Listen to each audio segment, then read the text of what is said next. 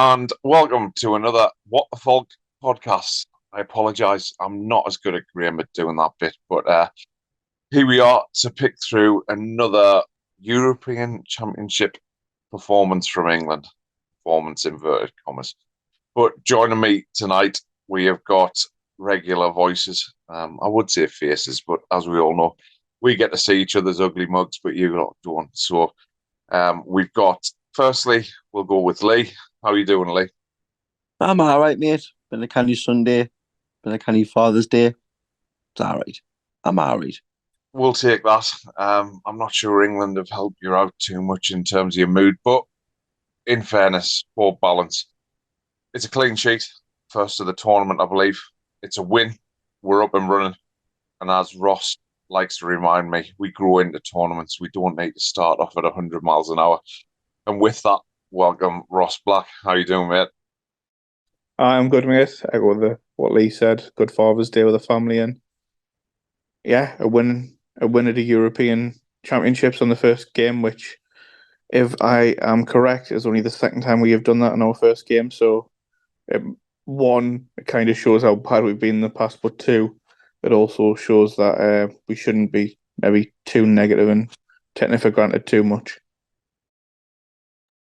I mean, on the balance of things, as I've already said, it's a 1-0 win. It's a clean sheet. There was, especially the first 35 minutes, I think there was a lot of positives to take from it. And also with the other result in the group going for a 1-1 draw, it's actually a very, very good result in the grand scheme of things. And I'm sure without actually watching post-match press conferences from my favourite man, Gareth Southgate, I'm sure he's probably adhering to the same type of narrative, if I'm honest. Yeah, I guess to start picking through it, well, let's go with you, Ross. What did you think of the starting lineup? I don't think too many of us were surprised with what he went with, were we? No, the one I think one surprise, but I was always thinking during the week that he might play Dunk due to the physicality that was clearly on show from the Serbian forwards. But I thought Mark Gurhey was brilliant, one of our better performers on the day. He got that spot on. Trent in midfield, I think he was always going to experiment with that. Again, some good, some bad. But yeah, I think that the overall lineup wasn't really a surprise with what we have fit and for the way we were expected to play and the shape we're going to play. But yeah, I think it was very much expected, nothing shocking out of the ordinary. But yeah, again, it wasn't boring, but it was, and it maybe did have one or two round pegs and square holes, but it got the job done. Yeah, I think you're right. I think the job is done. Very impressed with Mark Gay myself. I thought he was fantastic. I thought Declan Rice was great. Um, first first half especially, I thought Jude was brilliant. So I suppose it all kind of goes towards the spine of the team really and how good it was. Harry Kane was possibly a little bit amiss this evening. But I suppose you could say they defended against them well. The one thing the Serbians are going to bring to the party is a bit of physicality. They're going to be organised. I think we said that earlier in the week when we did the preview. Lee, what about you? Anyone stand out for you, whether it was Serbian or English? Here's for I, yourself. I thought for the first 35 minutes, I thought Saka was brilliant. He tore their left wing back apart all the time, every time he got the ball. Obviously got the assist for Jude's goal, but I think once they came off for the second half, it wasn't just a Saka thing as well. I think the whole team died off a little bit. That's when you saw the emergence of Gay and Rice because they had more to do. But say for me, the standout performer was arguably Jude. I thought he was unplayable. But every time he was on the pitch, Serbia couldn't get anywhere near him. And the only way they could stop him was by kicking him. In the end of the day, and I'm surprised the referee took 35 minutes to get his yellow card out of his pocket because he could have given out 3 or 4 within the first 10, 15 minutes for the tatters that run on the place. Definitely. We probably all hate to admit when Graham's right about things, but I think there's probably going to get to a time, especially we keep mentioning the fact that Jude's 20-year-old, but the way that he controls games with his athleticism. He's got such a footballing brain and the desire to get on the end of the ball. We got a little bit lucky with the cross, but it was nice to see Walker marauding down the right hand side, to say the very least. I thought Kyle Walker had quite a good game personally. Great save from Pickford as well. I know it was straight down the middle of the goal, but he had to do it, and he'd been pretty much a spectator for the majority of it. And if I'm not mistaken, he's a couple of clean sheets in major tournaments away from holding the record on his own from Peter Shilton. So there's a little bit of a stat for you, and I'm not the biggest statistician on the show, as we all know. Ross, I guess I'll come to you. Is this? Should we be a little bit concerned? And I don't want to be too negative because we're up and running, and there's always that first game kind of apprehension, I suppose. But should we be a little bit concerned the way that the last 10 minutes of the first half and then the second half, with how we kind of sat off, I suppose? Should we be concerned by that, or do you think that's just international football? I think there is a part of us where we probably should be concerned, because I feel like it wasn't just the quality that dropped, it was the intensity levels. It was a clear drop off for me from the players. The tempo was set the first half an hour, and when we got in possession, we didn't just pass it for the sake of it, although we kept possession really well first half. We passed and played with intent, whereas I feel like it became quite passive second half, and it was easier to read, and the Serbians were clearly given a good rollicking at half time because they came out all guns blazing. But I also do feel like it's a bit of a hangover from previous Southgate teams' performances in tournaments, like going 1-0 up and then dropping off automatically because we've seen it before. Everyone's like, oh, here we go again. And I feel like if we hadn't had that, and it was like, for instance, the 2018 tournament where it's a brand new team and you're 1-0 up and you see it through, people go, God, we haven't seen England do that for years. Just see a game out, you know what I mean? So I feel like there's an element of both. I think Foden on the left's going to be an issue, because he was poor today, and I know he's played on the left for City before. He's played all over the front three behind Haaland or Alvarez. But for me, I said this in the group chat. I mentioned it in the previews. He's one of them players where I just don't think for England he's had a game where he showed the levels he does for Man City, and unfortunately, we can't just shoehorn a player in, a bit like what we did with Scholes, putting him left wing. I think he might be better off as an impact sub with a Gordon or a Palmer out there. If that's the level he's going, we know he's got much better, but for England, that's my only concern. That I don't think that he's reached that level before, and whether he can do it is going to be another difference. And I also think second half, Trent got very sloppy on the ball, and instead of just keeping possession, he tried them long diagonal balls, which when the work are brilliant. You know what I mean? That's why he's in the team for, because he's got that passing range that can split a defence. But in tournament football, when you've got possession, you've been with the cosh. You just need to keep the ball and control the game. And I feel like that might come with experience, but I can also see Trent maybe dropping out for a Main or a Gallagher. Or Gallagher did very well when he came on, I think, as well. So yeah, I think there's negatives to take the fact that we lost control a bit. I think we got sloppy, but I also think that there's them issues are controllable and can be rectified with the personnel we have, rather than the whole panic like, oh God, we can't do that. But then again, I flip it again, is Southgate going to do that? So a lot of if, buts, maybes, but at the same time, I do think we've got the talent in there. It's very easy to question, and we're one game in, and I do agree with you to an extent that you will grow into the tournament. But I think my apprehension comes from if I saw us coming up against a France today, you can't lose control of the game, which you've said yourself. There's such long periods of it. I understand 10, 15 minutes at a time. How much, Lee? I'm the biggest Phil Foden fan in the world. I have been since the first time I saw him play football, I think. For you, Lee, for as much as Ross has said that he wasn't very good tonight, and I agree with that, do you think there's an element of the fact that Kieran Trippier is behind him, which creates a bit of an imbalance in the team that then means Foden's a little bit sacrificed? What's your thoughts on that?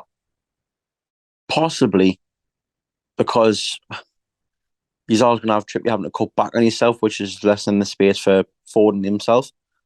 I say I'm hoping tonight was just a one-off for him, because obviously, he's arguably the best player we've got. And Gary Neville said it a bunch of times, if we kind of get Phil Foden at the team, we're doing something wrong.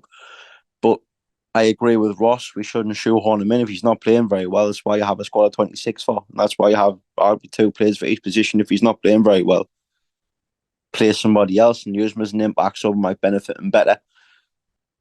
But I think I would like to see him with Luke Shaw on the left-hand side, whenever you've got a natural left-footed fullback, attacking fullback, when he's actually going on, and he doesn't have to constantly cut back inside on himself, and he's got that space that opens up a bit more for Foden.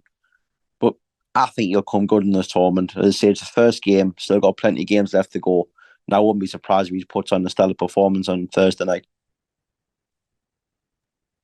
Yeah, I think Denmark will be a different proposition. Obviously, I think it'll be a bit more of a technical game, personally, and I think that'll play into the hands of someone like Phil Foden. I am still absolutely screaming, and it was very fluid tonight. I'll give Southgate his due. It was very fluid tonight, and at times it did look like we were playing kind of a back three and pushing people on.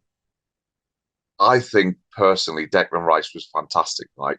I think he was up there, and the fact that the second half we lost a bit of control, I'd have arguably said that Declan Rice was probably up there for man of the match for me tonight, just for the simple fact that from an attacking point of view, and with Bellingham being so far advanced, even though he was brilliant, I think Declan just kind of gave us that little bit extra.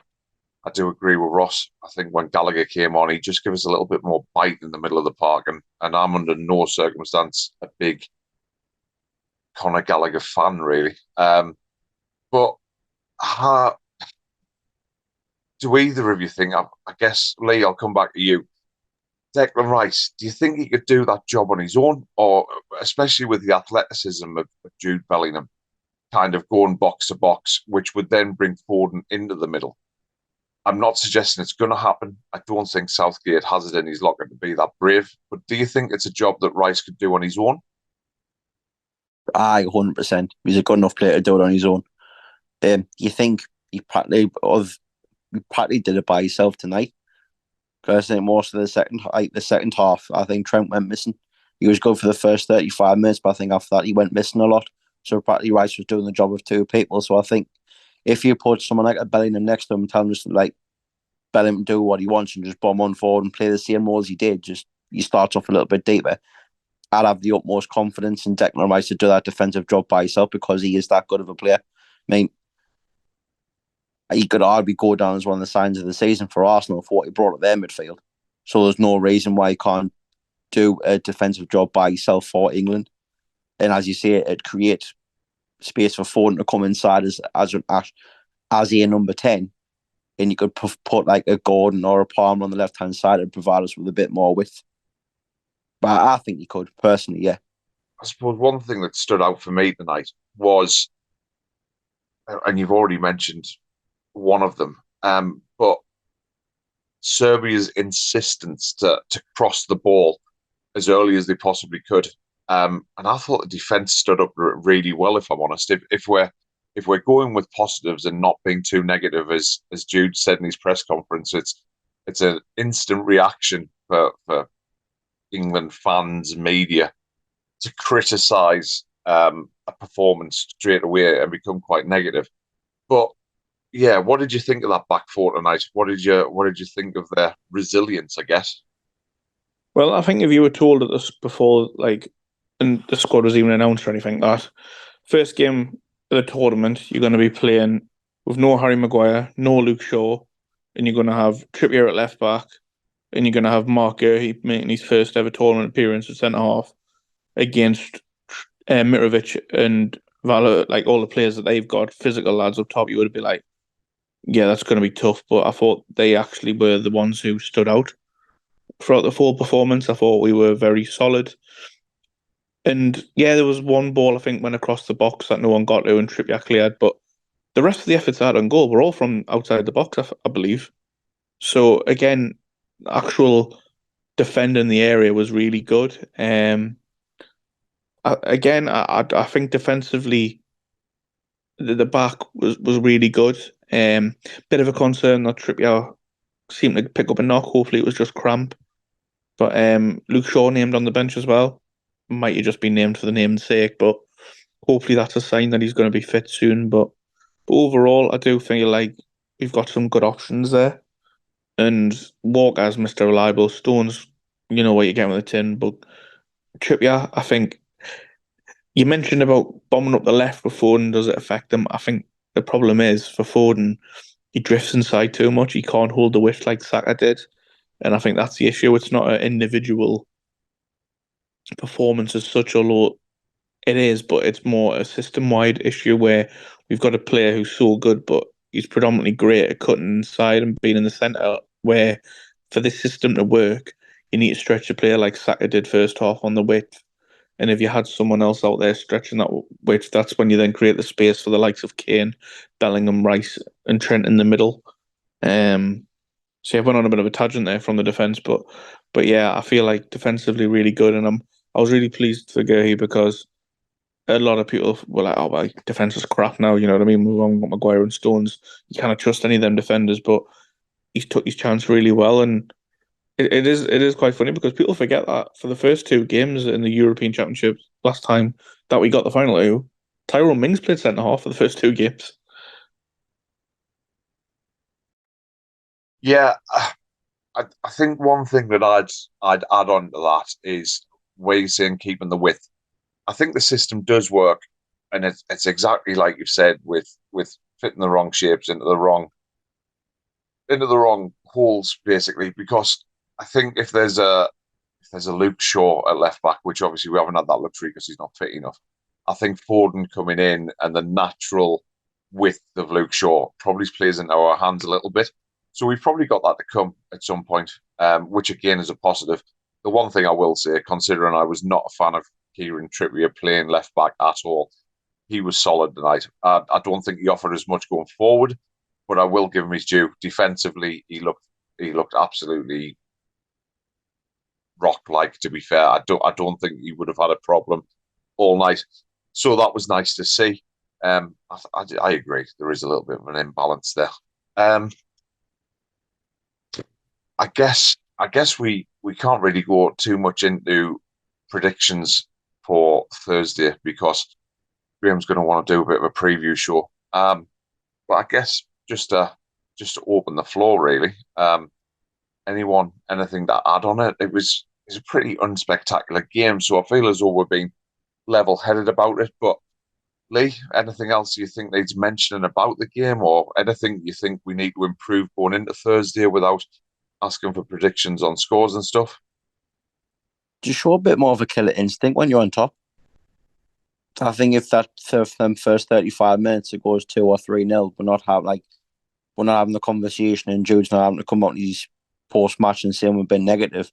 So I'd say show a little bit more of a killer instinct, because if we start doing that, it'll serve us better for the last stages of the tournament. If we get there, and I think that's what we missed.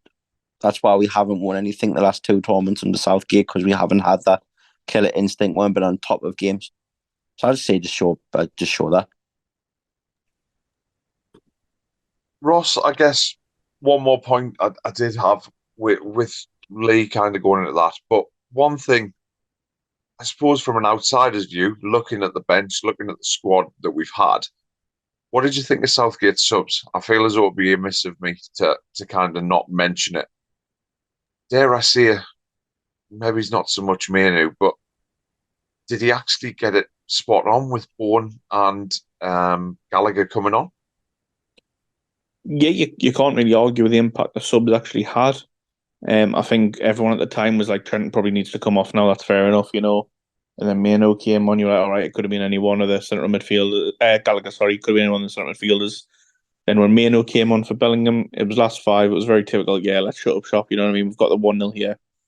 The one that really shocked me was Bowen for Saka. Like, I thought Bowen would be like the one right down the pecking order. I thought like all of the like to Gordon, your Palmers and all that would get on before him. But Bowen really surprised me. His direct running was really good, and that delivery for the header, that I must admit, what a fantastic save that was by Serbia's keeper.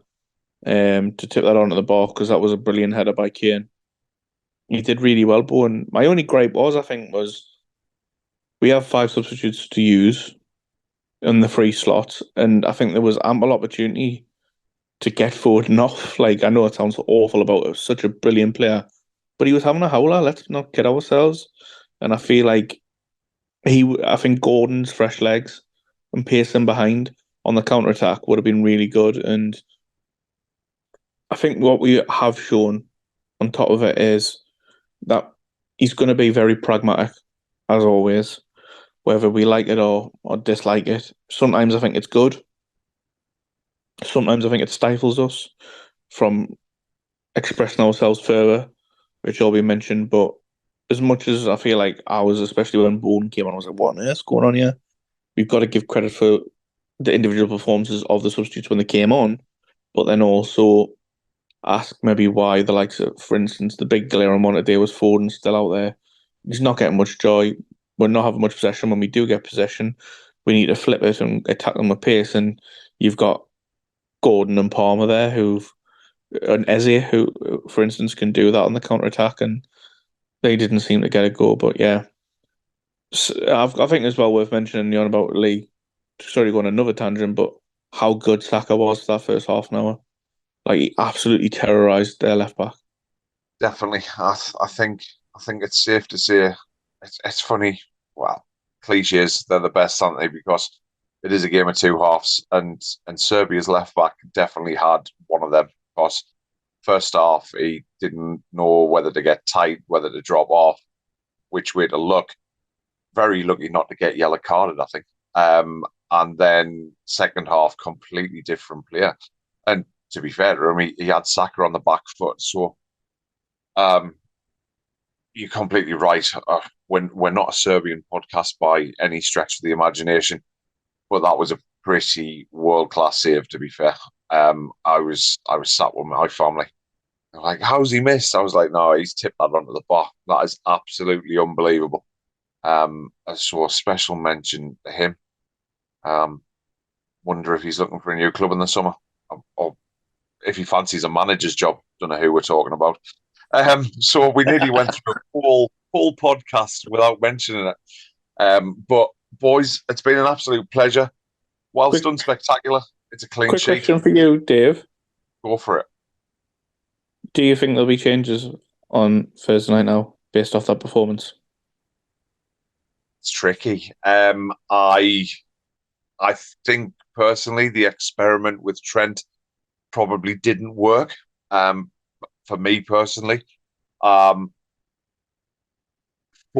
is the easy one. Because he didn't have a very good game tonight. Do I think that he will?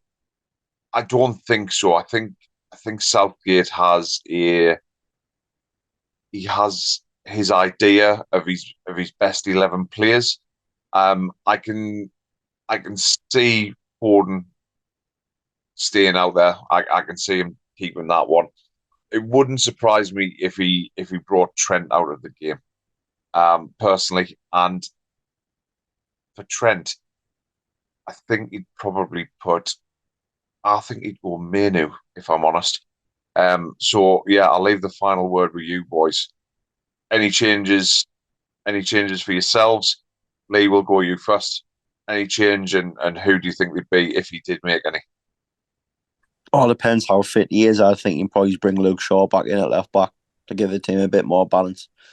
Other than that, I think I can only see that change being made. Other than that, I think just keep it exactly the same as what it was. Ross, what do you reckon?